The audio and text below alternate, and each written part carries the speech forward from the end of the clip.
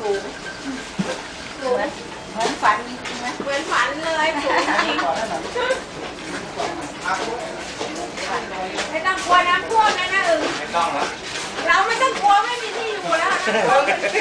ไม่กวาดหรอกไม่ขึ้นนะเป็นไรกวาดเองเดี๋ยวกวาดเองมันเป็นไรหรอกไปรถเก๋งของมันอ่ะอันนี้ถ้าไม่ได้แผ่นดิบแล้วเนี่ย